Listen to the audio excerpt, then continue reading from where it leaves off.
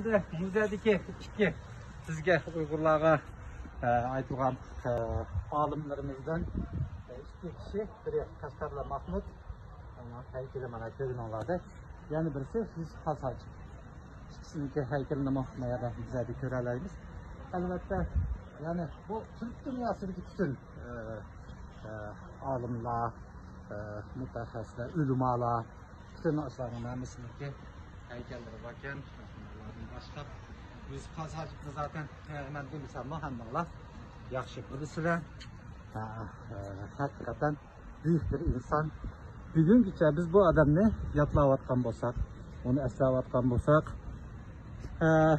uni hala tegicha og'zimizga tushirmayotgan bo'lsak, işte onunki Allah'ın bizga atagan en büyük nimetlerden biri desek bo'ladi endi. Yusuf Hasachi büyükümüz, atımız, buvumuz, bir de Qashqarli Mahmud. Yani Uygurca desek Mahmud Qashqari. Mahmud Qashqari.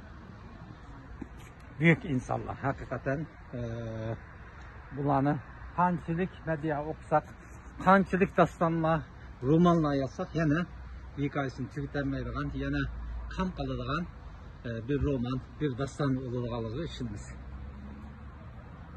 Bundan boshqa yana nurg'un